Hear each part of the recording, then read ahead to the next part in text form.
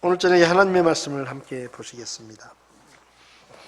오늘 저녁에 하나님의 말씀은 로마서 1장 5절과 6절 두 절 말씀만 같이 보시겠습니다. 로마서 1장 5절과 6절 우리 한 목소리로 같이 읽도록 하겠습니다.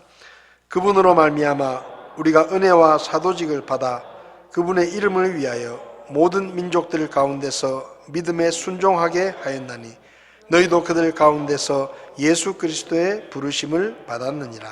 아멘. 잠시 기도하겠습니다. 하나님 아버지, 저에게 하나님의 말씀이 기록된 성경을 주시고 우리가 성경을 읽을 때마다 하나님의 음성을 듣게 하시고 주의 교훈을 깨닫게 하시니 감사합니다. 주님 오실 때가 가까운 이때, 또 영적으로 혼탁한 시대 속에 하나님의 말씀을 통해 저희들을 가르쳐 주시고 우리가 주님의 인도하심에 따라 올바른 믿음의 삶을 걸어갈 수 있도록 저희를 도와주시옵소서. 이 시간도 주의 말씀을 함께 나눕니다. 부족한 종을 붙들어 주시고 주님께서 친히 말씀하셔서 말씀을 전하는 자나 듣는 자나 하나님의 뜻을 밝히 깨달을 수 있도록 주께서 도와주시옵소서. 이 시간을 주님께 맡기며 예수님의 이름으로 기도했습니다. 아멘. 자리에 앉으시겠습니다.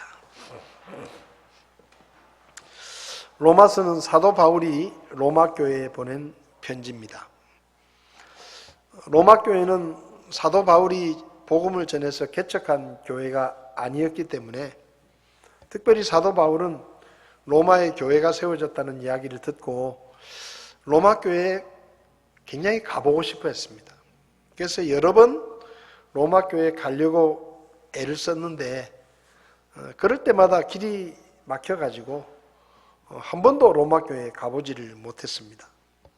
그래서 사도 바울이 그 로마 교회에 가고 싶고 로마 교회 성도들을 보고 싶은데 오랫동안 가고 싶어도 갈 수가 없었기 때문에 그 로마 교회 성도들에게 편지를 써서 보냈는데 그 편지가 바로 로마서입니다.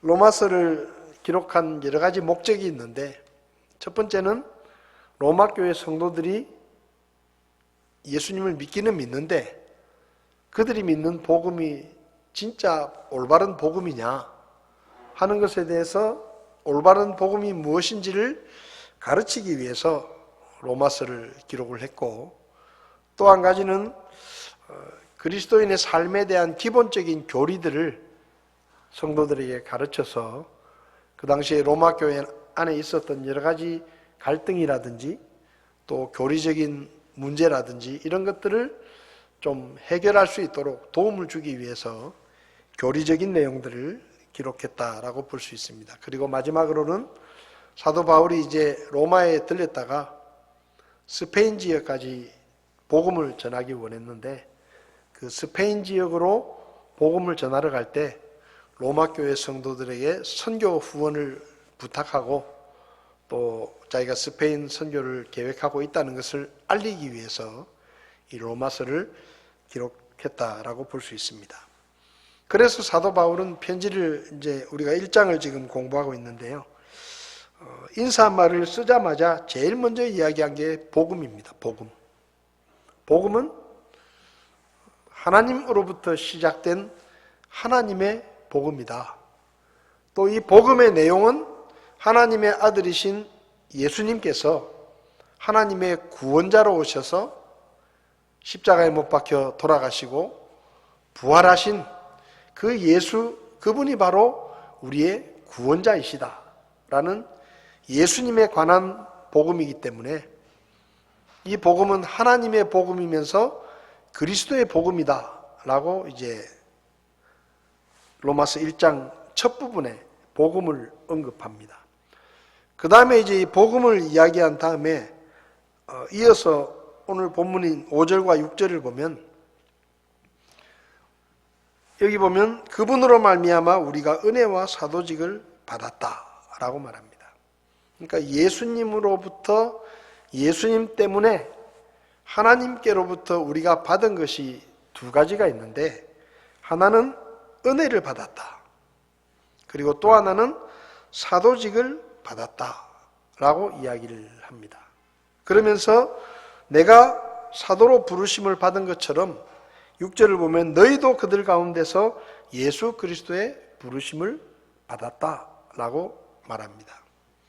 그러니까 사도 바울이 지금 예수님 때문에 우리가 하나님께로부터 받은 것이 있는데 그 두 가지가 있다. 하나는 은혜이고 하나는 부르심이다 라고 이야기를 하면서 특별히 로마 교회 성도들에게 하나님의 은혜를 기억해라 라는 것을 쓰고 있는 것이 바로 5절과 6절의 말씀입니다. 여기 우리가 생각해야 되는 것은 5절에 그분으로 말미암아 우리가 은혜를 받았다. 그러니까 하나님의 은혜가 우리에게 수많은 은혜들이 주어졌는데 특별히 사도 바울은 말하기를 하나님이 우리에게 많은 은혜를 주셨는데 그 중에 특별히 예수님으로 말미암아 주신 은혜가 있다. 그러니까 우리가 하나님의 은혜를 많이 받잖아요. 근데 예수님 때문에 우리가 하나님께로부터 받은 은혜가 있다. 그렇게 말하는 것이죠. 그래서 하나님께 받은 은혜를 기억하면서 우리가 살아야 된다라는 이야기를 지금 사도 바울은 하고 있는 것입니다. 그래서 오늘은 사도 바울이 로마 교회 성도들에게 기억하면서 살아야 된다라고 말했던 하나님의 은혜가 어떤 은혜가 있는지를 좀 생각해 보려고 합니다. 첫 번째로 사도 바울이 로마 교회 성도들에게 기억하라라고 이야기하는 은혜는 예수님으로 말미암아 받은 은혜입니다. 여기 5절을 보면 그분으로 말미암아 우리가 은혜와 사도직을 받았다. 그러니까 지금 사도 바울이 이야기하는 은혜라는 말 속에 여러 가지 은혜가 있는데 예수님 때문에 우리가 받은 은혜가 있다라고 이야기합니다. 그러면 이 예수님 때문에 받은 은혜가 뭐냐? 한마디로 말하면 구원입니다. 다른 은혜들은 하나님께서 그분의 은혜로우심과 자비로우심 때문에 우리에게 베풀어 주시는 은혜지만 우리가 받은 이 구원의 은혜는 예수님이 계시지 않으면 받을 수 없는 거예요. 그래서 예수님 때문에 우리가 받은 은혜가 있는데 그 은혜를 사도 바울이 지금 이야기하는데 이 은혜는 바로 구원이다 라고 이야기할 수 있습니다. 여러분 성경을 보면 은혜라는 말이 많이 나옵니다.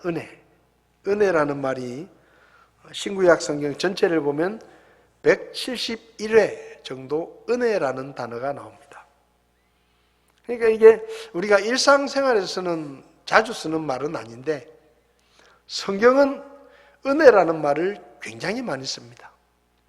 우리가 기도할 때도 은혜로우신 하나님, 우리가 그렇게 기도 많이 하잖아요. 교회 안에서는 이 은혜라는 단어가 굉장히 자주 쓰여지는 말인데 이 은혜라는 말의 이 그리스어는 카리스입니다. 카리스. 근데 이 카리스라는 말의 뜻이 뭐냐? 받을 자격이 없는 사람에게 베풀어지는 호의와 특혜다라는 뜻입니다. 그러니까 은혜라는 것은 뭔가 하면 받을 자격이 없는 사람에게 베풀어지는 호의, 이를테면 친절, 이런 것들이죠. 그리고 특별한 혜택. 그러니까 혜택을 받을 만한 자격이 없는데 그 사람에게 혜택을 주는 거예요. 그것이 은혜입니다. 그러니까 성경에 은혜라는 말이 많이 나온다는 얘기는 우리에게 무엇을 이야기하는가 하면 우리는 하나님의 호의와 하나님의 특혜를 받을 만한 자격이 전혀 없는 사람들이었는데 하나님께서 우리에게 호의와 특혜를 베풀어 주셨다라는 거예요. 그러니까 우리는 은혜라는 말을 들을 때마다 좋은 생각도 해야 되지만 우리가 하나님께 받은 은혜가 감사하고 우리가 하나님께서 베푸신 은혜 때문에 지금까지 살아왔고 이런 것들도 생각해야 되지만 제일 먼저 생각해야 되는 게 뭔가 하면 그래 나는 하나님의 은혜를 받을 만한 자격이 없는 사람이었다. 이걸 제일 먼저 생각해야 됩니다. 그러니까 은혜라는 말을 들을 때마다 우리가 뭘 생각해야 되는가 하면, 그래, 나는 하나님의 은혜나 하나님의 사랑이나 구원이나 이런 것들을 받을 만한 자격이 없는 사람이었는데 하나님께서 나에게 혜택을 베풀어 주시고 호의를 베풀어 주시고 친절을 베풀어 주셔서 내가 지금의 내가 됐다라는 것을 기억해야 하는 것이죠. 여러분, 사람은 하나님의 호의나 하나님의 친절이나 하나님의 혜택을 받을 만한 자격이 전혀 없었습니다. 모든 사람은 영원히 멸망할 죄인이었습니다. 하나님께서 아담과 하와를 만드시고 특별히 에덴 동산을 만드시고 에덴 동산에 살게 하셨죠. 그때 하나님께서 아담과 하와에게 이렇게 말씀하셨습니다. 물론 아담에게 말씀하셨죠. 이 에덴 동산에 있는 모든 나무의 열매는 마음대로 먹어라. 그런데 동산 중앙에 있는 선악을 알게 하는 나무 열매는 절대로 먹지 마라. 그걸 먹으면 반드시 죽는다. 경고하셨습니다. 그런데 아담과 하와가 마귀의 거짓말을 들었습니다. 야, 하나님이 저걸 먹지 말라고 하신 이유는 너희가 저걸 먹으면 하나님과 같은 신처럼 되기 때문에 하나님이 먹지 말라고 한 거야. 그리고 저걸 먹어도 너희는 절대 안 죽어. 그래서 그 마귀의 거짓말을 듣고 속아서 하나님이 먹지 말라고 하신 선악을 알게 하는 나무 열매를 먹습니다. 그것은 하나님의 명령을 거역한 것입니다. 그래서 그게 죄예요, 죄. 하나님의 명령을 거역한 죄입니다. 그런데 그 죄가 단순히 아담과 하와만 벌을 받고 죽게 만든 것이 아니라 아담의 후손으로 태어나는 모든 사람이 그 죄 때문에 죽음과 심판에 이르게 되었다고 로마서 5장 12절에 말씀합니다. 한 사람으로 말미암아 죄가 세상에 들어오고 죄로 말미암아 사망이 들어왔나니 이와 같이 모든 사람이 죄를 지었으므로 모든 사람이 사망에 이르게 됐다. 그렇게 말씀하죠. 그러니까 아담과 하와가 지은 죄가 자기들만 벌을 받고 끝나는 게 아니라 아담의 후손으로 태어나는 모든 인류에 미쳐서 죽음과 심판을 받게 된 것입니다. 그러니까 결국은 죄 때문에 멸망하게 된 것이 사람이었어요. 근데 죽는 걸로 끝나는 게 아니에요. 죽고 난 다음에도 심판을 받고 그 심판에 따라서 죄의 벌을 받기 위해서 지옥에 가서 고통스럽게 죄의 벌을 받다가 이 세상이 끝날 때 부활한 몸과 연합을 해서 영원한 불호수에 들어가서 빠져나오지 못하는 영원한 죄의 벌을 고통스럽게 받아야 되는 게 사람이었습니다. 사람이 하나님 앞에 어떤 존재냐? 하나님의 말씀을 거역하고 하나님이 하지 말라고 한 것을 행한 죄인이었습니다. 사도 바울은 로마서 5장에서 사람이 어떤 존재인지를 여러 가지 단어를 사용하면서 설명을 하는데 로마서 5장을 보면요. 6절에 우리가 아직 힘이 없을 때, 그러니까 우리가 하나님 앞에서 어떤 존재였느냐? 아무런 힘이 없는 거예요. 쓸모없는 존재입니다. 그리스도께서 정하신 때가 되어 경건치 아니한 자들을 위해 죽으셨다. 그리고 사람이 어떤 존재냐? 죄인이고 힘도 없고 쓸모도 없고 경건치 않은 온갖 죄로 더러워지고 불의와 부정을 행하는 그런 존재가 사람입니다. 그 다음에 8절을 보면 우리가 아직 죄인이었을 때, 그러니까 우리는 죄인이었어요. 10절을 보면 이는 우리가 원수였을 때, 그러니까 생각해 보십시오. 사람이 하나님 앞에 어떤 존재냐? 죄인입니다. 하나님의 말을 거역한 죄인입니다. 아무 쓸모없는 존재입니다. 경건치 않은 온갖 불의와 악을 행하는 그런 존재입니다. 심지어 하나님을 대적하는 마귀와 함께하면서 하나님의 원수였다. 이렇게 말합니다. 여러분, 이런 단어를 들으면 뭐가 생각납니까? 죄인, 쓸모없는 사람, 경건치 않은 자, 하나님의 원수. 이런 말을 들으면 그 사람에게 친절하게 대해야 되겠다. 그 사람에게 잘해줘야 되겠다. 그 사람에게 좀 특혜를 줘야 되겠다. 이런 생각이 드십니까? 예? 이런 생각이 전혀 안 듭니다.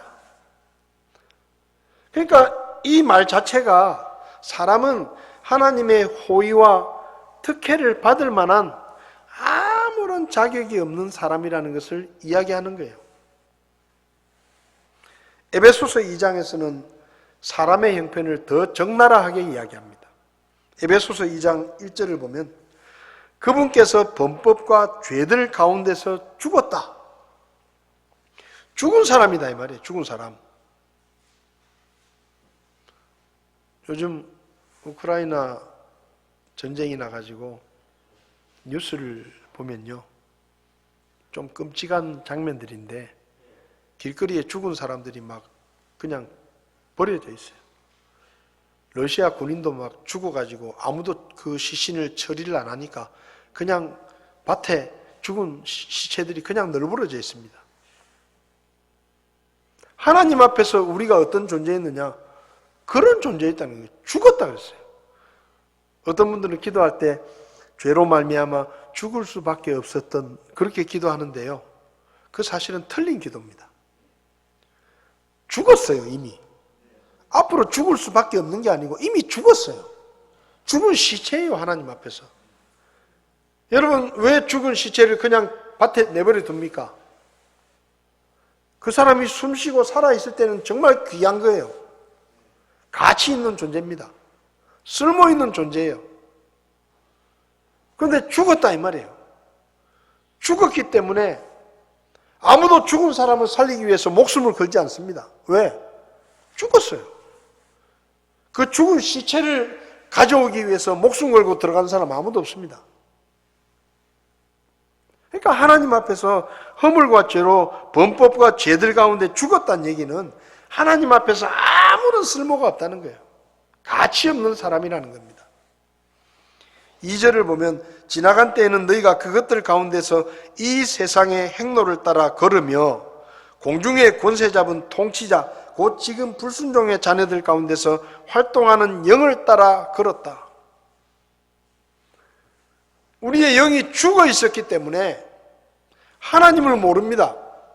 하나님을 모르니까 마귀를 따라서 사는 겁니다. 마귀를 따라 사는 거예요. 마귀가 누굽니까? 하나님의 원수예요. 원수. 네? 하나님의 원수입니다. 원수. 원수를 따라서 사는 그런 삶을 살았어요.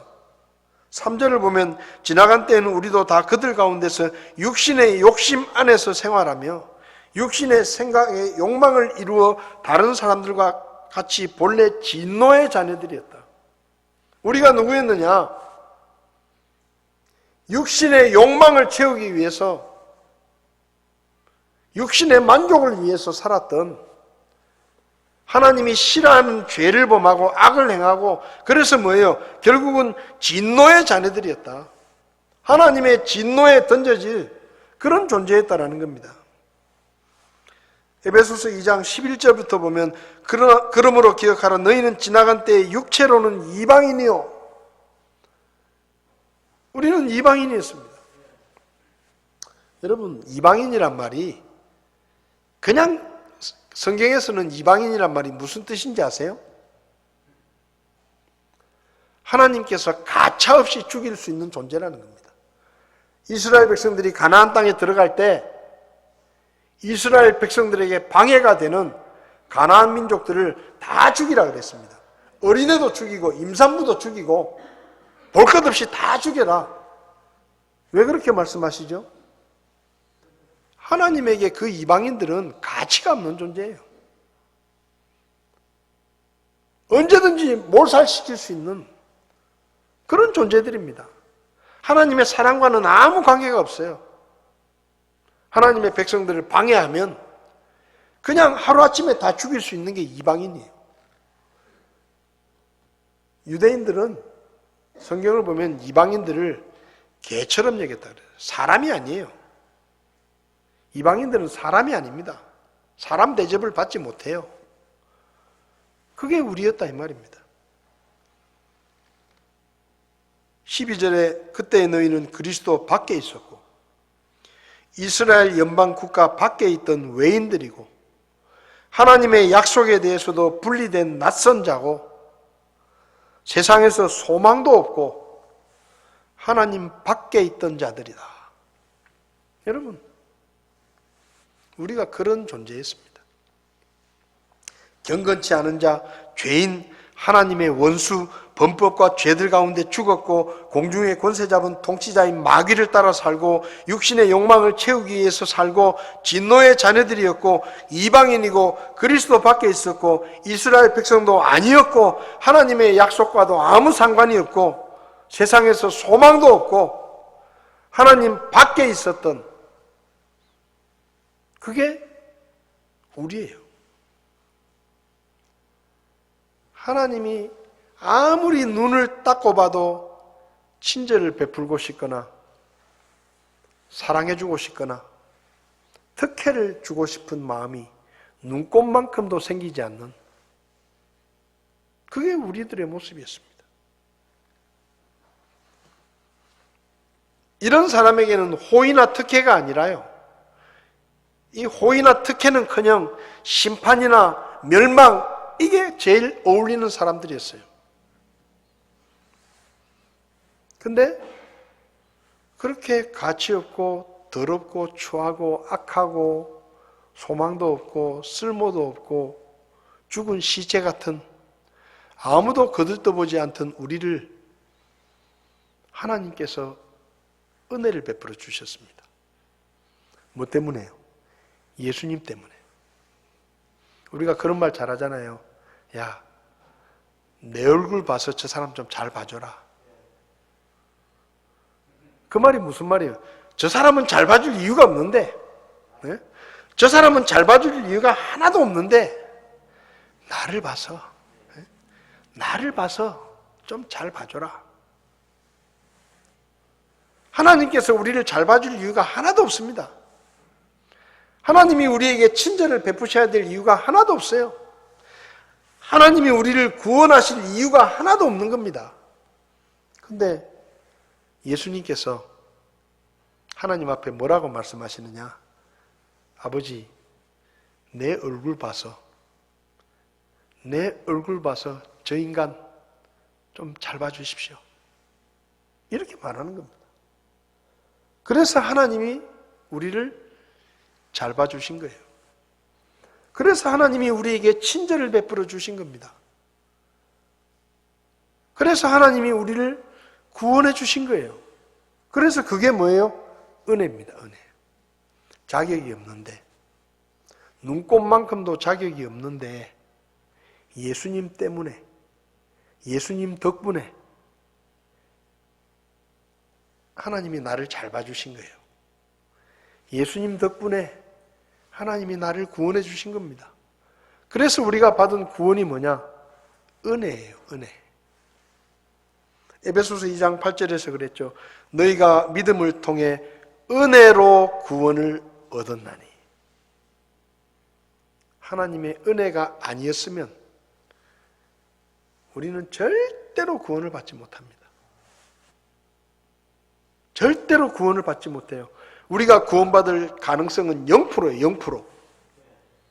그런데 뭐예요? 예수님 때문에 하나님이 우리에게 구원을 은혜로 베풀어 주신 겁니다. 하나님의 자녀가 되는 특혜를 주신 거예요. 우리 죄를 용서받을 수 있는 기회를 주신 겁니다. 자격은 없는데. 그래서 우리가 예수님 때문에 자격이 없는 우리가 하나님의 특혜를 받았기 때문에 그게 뭐라고요? 은혜입니다. 은혜. 여러분, 우리는 구원받을 만한 자격이 전혀 없었습니다. 근데 하나님께서 우리를 사랑하시고 우리를 불쌍히 여기시고 우리를 위해서 구원자 예수님을 보내셔서 우리가 맞을 채찍을 대신 맞게 하시고 우리가 못 박힐 십자가에 대신 못 박혀서 사형의 벌을 대신 받으심으로 그 예수님 때문에 우리에게 무슨 은혜가 왔습니까? 죄 사함의 은혜가 왔고 구원의 은혜가 우리에게 온 것입니다. 그래서 구원은 은혜예요. 은혜. 사도행전 13장을 보면 사도 바울이 1차 전도여행 때 비시디아 안디옥이라는 곳에 가서 유대인 회당에서 설교를 합니다. 그 설교하는 내용이 기록되어 있는데 사도행전 13장 38절을 보면 이렇게 말해요. 그러나 사람들아, 형제들아, 너희가 알 것은 곧 이 사람을 통해 죄들의 용서가 너희에게 선포되었다는 것과 모세 율법으로는 너희가 의롭게 되지 못하던 모든 일에서도 믿는 모든 자가 그분으로 말미암아 의롭게 되었다. 뭐라고요? 이 사람으로 말미암아 너희에게 죄의 사함이 선포됐다. 이 사람이 누굽니까? 예수님이에요. 예수님 때문에 너희가 죄의 사함을 받고 예수님 때문에 너희가 의롭다 함을 얻고 구원받을 수 있는 길이 열렸다 이 말입니다. 그래서 은혜예요, 은혜. 그래서 사도행전 13장 43절을 보면 이렇게 사도 바울이 설교를 하니까 설교를 듣고 사람들이 바울과 바나바에게 나왔습니다. 13장 43절을 보면 이제 회중이 흩어진 뒤에 유대인과 신앙심 있는 유대교 개종자 중에 많은 사람들이 바울과 바나바를 따르니 그들이 그들에게 말하며 그들을 설득하여 하나님의 은혜 안에 거하게 하니라. 여기 하나님의 은혜 안에 거하게 하니라 이 말이 무슨 말입니까? 설교를 하고 사람들이 바울과 바나바에게 나왔어요. 그래서 그들을 설득해가지고 예수 믿게 만들었고 그리고 하나님의 은혜 안에 거하게 했다. 이게 뭐예요? 구원받게 했다 이 말입니다. 구원은 하나님의 은혜예요. 그래서 우리는 이 은혜를 잊지 말아야 돼요. 내가 자격이 있어서 내가 구원받을 만한 사람이기 때문에 다른 사람보다 내가 더 선하고 다른 사람보다 내가 더 경건하고 그래서 우리가 구원받은 게 아니에요. 하나님의 은혜 때문에. 그래서 우리는 아침에 눈을 뜨고 하루를 시작할 때마다 은혜를 생각해야 됩니다. 거울을 볼 때마다 참 난 하나님의 은혜를 받을 자격이 없었는데 나는 진짜 나쁜 놈인데 나는 진짜 더럽고 추한 죄인인데 나는 정말로 악한 사람이었는데 나는 하나님과 원수였는데 심판을 받고 멸망해야 마땅한 죄인이었는데 내가 어떻게 하나님의 은혜를 입고 내가 어떻게 구원을 받고 내가 어떻게 하나님을 아버지라 부를 수 있게 됐는지 이 은혜가 얼마나 크고 놀라운지를 아침마다 생각해야 됩니다. 아침마다 생각해야 돼요. 교회 와서 예배를 드릴 때마다 나는 정말로 더럽고 쓸모없고 가치없고 하나님의 사랑을 받을 만한 아무런 자격이 없었는데 내가 무슨 복을 받아가지고 이렇게 하나님의 교회에 나와서 하나님의 이름을 찬송하고 그분 앞에 예배를 드리고 하나님의 자녀의 특권을 누릴 수 있게 됐는지 그 은혜를 생각해야 됩니다. 그래서 예배당 의자에 탁 앉으면요 눈물이 핑 돌아야 돼요. 너무 고마워서 나같이 더럽고 쓸모없고 별 볼 일 없는 세상 사람들도 알아주지 않는 그런 나를 하나님께서 그렇게 사랑해 주시고 하나밖에 없는 아들을 내주시고, 제가 얘기하잖아요. 하나님이 사실은요 저울질을 하신 거예요. 한쪽에 하나님의 아들 예수님을 놓고 한쪽에 나를 올려놓고 누가 더 중요하고 누가 더 무겁냐? 근데 내가 더 무거운 거예요. 그래서 내가 더 중요했기 때문에 예수님을 포기한 거다 이 말이에요. 그게 말이 됩니까, 여러분? 그게 말이 돼요? 하나님의 아들을 포기하고 나를 살리신 거예요. 그건 은혜라고밖에 말할 수 없어요. 그건 은혜라고밖에 설명이 안 됩니다. 그 은혜를 우리가 입은 거예요. 그래서 예배당에 와서 하나님을 아버지라 부르기도 하고 예배를 드리기도 하고 찬양을 드리기도 하고 하나님 아버지 하면서 기도도 하게 되고, 여러분 이건 우리 인생에 있을 수 없는 일이었습니다.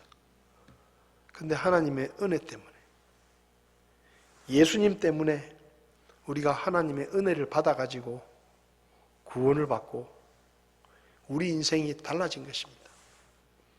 이 구원의 은혜를 우리가 절대로 잊지 말아야 됩니다. 매일매일 기억하면서 살아야 됩니다. 그 다음에 사도 바울은 두 번째로 부르심의 은혜를 기억하면서 살라고 말합니다. 여기 그랬죠. 5절에 그분으로 말미암아 우리가 은혜를 받았고 그 다음에 사도직을 받았다. 그리고 6절에서는 예수 그리스도의 부르심을 받았다. 여러분, 사도 바울은 성경을 보면 여러 번 무슨 얘기를 했는가 하면요, 나는 사도 될 자격이 없는 사람입니다. 나는 사도라는 이름을 듣기에 절대로 자격이 없는 사람이었습니다. 나는 사도에게는 어울리지 않는 사람이었습니다. 여러 번 이야기했습니다. 고린도전서 15장 9절에서 나는 사도들 중에서 가장 작은 자니라 내가 하나님의 교회를 핍박하였으므로 사도라 불리기에 합당치 못하되. 디모데전서 1장 13절에서는 내가 전에는 신성 모독하는 자요 핍박하는 자요 해를 끼치는 자였다.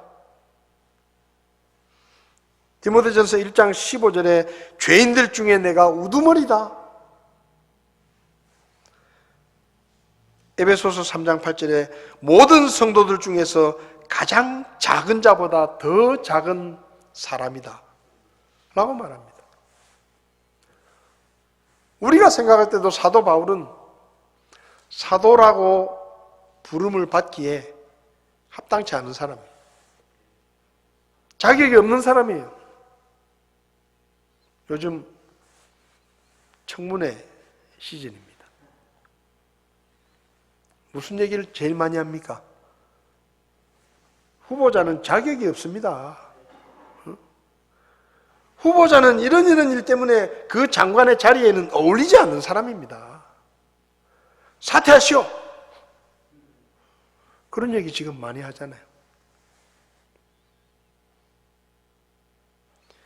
우리가 사도의 청문회를 한다고 생각해 봅시다.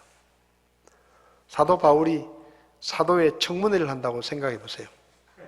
당신 예수 믿는 사람들을 잡아 가두고 죽이고, 스데반 집사가 죽을 때도 옆에서 증인이나 서고, 예수 믿는 사람들 잡아오겠다고 그 먼 길까지 가가지고 얼마나 많은 사람을 옥에 가두고 얼마나 많은 사람을 죽이고 복음을 대적하고, 그런 당신이 무슨 사도를 하겠냐?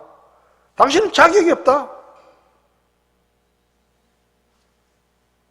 그렇게 말할 거예요. 근데 요즘 청문회하고 사도 바울의 청문회하고 좀 다른 게, 요즘 청문회는 아닙니다. 저는 자격이 있습니다.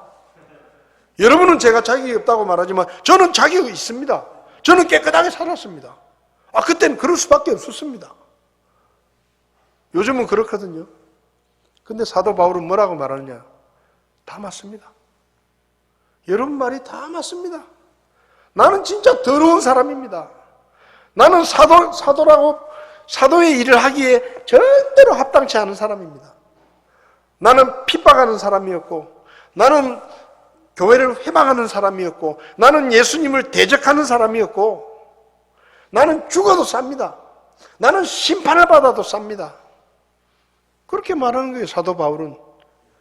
여러분, 사도 바울이 성경에 자기가 스스로 말하는 거예요. 나는 죄인들 중에 우두머리입니다. 나는 회방자였습니다. 나는 핍박자였습니다. 나는 복음을 대적하는 사람이었습니다. 그래서 나는 사도라 불리기에는 절대로 어울리지 않는 사람입니다. 자격이 없는 사람입니다. 근데 그렇게 스스로 사도가 될 자격이 없다고 말했던 바울이 사도가 됐어요. 그리고 교회 역사에서 예수님 다음으로 사도 바울이 가장 크게 쓰임받은 사람입니다. 12제자보다 훨씬 더 크게 쓰임받은 사람이 사도 바울이에요. 신약성경을 13권이나 썼습니다. 자기 스스로 나는 자격이 전혀 없는 사람입니다라고 말했던 그 바울이 어떻게 사도가 됐습니까? 성경을 보십시오. 그분으로 말미암아 예수님 때문에 내가 사도가 됐다. 예수님이 나를 불러주셨기 때문에 내가 사도가 됐다. 바울은 그렇게 말하는 거예요. 내가 자격이 있어서가 아니라, 내가 흠없고 점없어 그런 사람이기 때문이 아니라, 내가 경건한 사람이기 때문이 아니라, 나는 정말로 자격이 없었는데 예수님께서 나를 불러주셔서. 로마서 1장 1절에 뭐라고 말합니까? 예수 그리스도의 종 바울은 사도로 부르심을 받았다.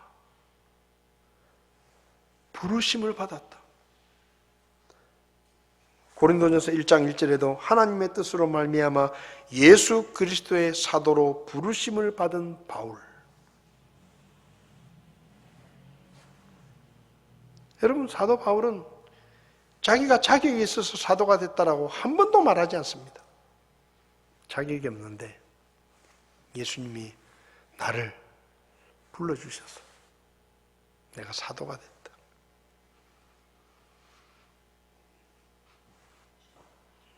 디모데전서 1장 12절에서는 이렇게 말합니다. 나를 능하게 하신 그리스도 예수 우리 주께 내가 감사를 드리면 그분께서 나를 신실한 자로 여기사 내게 사역을 맡기셨기 때문이다.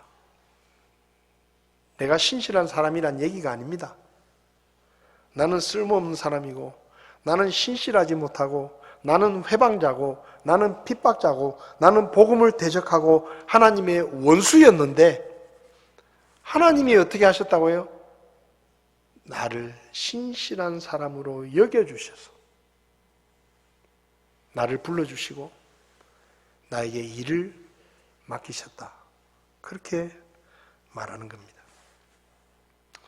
여러분, 사도가 될 자격이 없는 바울이 사도가 된 것처럼 저와 여러분들도 목사가 될 자격이 있는 게 아니고, 집사가 될 자격이 있는 게 아니고, 교회에서 주님을 섬길 만한 일꾼이 될 만한 자격이 있는 사람들이 아닌데, 그런 자격이 전혀 없는데 하나님께서 우리를 불러주셔서 목사도 하고 집사도 하고 찬양대도 섬기고 하나님의 교회에서 반주자도 하고 식당 봉사도 하고 하나님의 집을 청소하기도 하고 아이들을 가르치기도 하고 이런 일들을 우리가 어떻게 합니까? 우리가 무슨 자격이 있었어요? 자격이 없어요, 우리는. 아무런 자격이 없습니다. 근데 우리를 불러주셔서 우리를 이 대구성서 침례교회로 불러주시고 이 교회의 지체가 되게 해주시고 이 교회에서 목사로, 집사로, 교사로, 성도로 하나님을 위해서 일할 수 있는 기회를 하나님이 주셨기 때문에 우리가 그분의 일을 하는 거예요. 우리가 무슨 자격으로 합니까? 우리가 그렇게 믿을 만한 사람입니까? 우리가 그렇게 능력 있는 사람입니까? 우리가 그렇게 잘난 사람들입니까? 아니에요. 그런데 한 가지 이유 때문이에요. 하나님이 우리를 불러주셔서 우리가 주님을 섬기게 된 것입니다. 그래서 사도 바울이 말하는 거예요. 그분으로 말미암아 우리가 은혜와 사도직을 받았다. 이게 은혜다. 구원의 은혜, 하나님의 일을 할 수 있는 일꾼이 될 수 있는 은혜, 이 모든 것이 하나님의 은혜다. 우리가 교회 안에서 뭔가를 할 수 있는 것, 주님을 위해서 뭔가를 할 수 있는 것, 하나님의 나라의 일에 동참할 수 있는 것, 이거 하나님의 은혜다. 우리가 이걸 기억하면서 살아야 됩니다.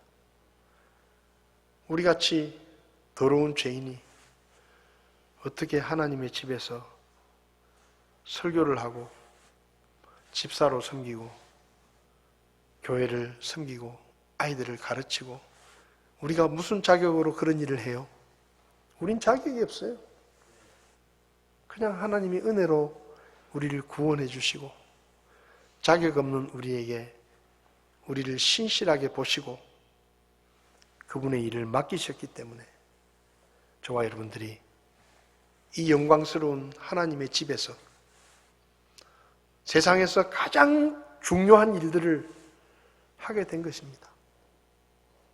여러분, 예배당에서 빗자루질 한 번 하는 것도 대통령 하는 것보다 더 영광스러운 일이에요. 왜요? 하나님의 일이잖아요. 하나님을 위해서 하는 일이잖아요. 그 하나님의 일에 우리를 부르시고 우리가 그 일에 참여할 수 있도록 은혜를 베풀어 주신 그 하나님의 은혜를 절대로 죽을 때까지 잊지 말고 주님 앞에 서는 날까지 매일매일마다 나를 구원해 주신 그 구원의 은혜, 나 같은 사람을 하나님의 일꾼으로 불러주신 그분의 은혜, 그 은혜를 생각하면서 기억하면서 우리가 주님을 섬겨야 한다. 사도 바울이 그렇게 말하는 것입니다. 여러분, 은혜라는 말을 들을 때마다 그래, 나는 자격이 없었어. 나는 쓸모가 없었어. 나는 이 일을 할 만한 아무런 능력이 없었어. 근데 하나님이 나를 불러주시고 구원해 주시고 그분의 일을 할 수 있는 기회를 주셔서 우리가 주님을 섬기고 있다는 사실을 기억하면서 기쁨으로 감사함으로 주님을 섬길 수 있기를 바랍니다. 기도하시겠습니다. 고마우신 하나님, 우리는 영원히 멸망당에 마땅한 죄인이었습니다. 세상에서 소망이 없고 죄를 용서받을 수 있는 길이 없었고 그래서 우리는 모두가 다 지옥에 가서 고통을 당하고 하나님의 심판을 받고 영원히 멸망당에 마땅한 죄인이었는데 그런 우리에게 예수님 때문에 구원의 은혜를 베풀어 주시고 우리를 일꾼으로 부르셔서 하나님의 교회에서 하나님을 위해 일할 수 있는 기회를 주신 것을 감사합니다. 저희가 이 구원의 은혜와 부르심의 은혜를 주님 앞에 서는 날까지 잊어버리지 않게 하시고 평생 기억하며 하나님 앞에 감사하는 마음으로 주님을 섬길 수 있도록 저희를 도와주시옵소서. 우리에게 이 큰 은혜를 베풀어 주신 하나님께 감사드리며 예수님의 이름으로 기도했습니다. 아멘. 예배를 마치겠습니다.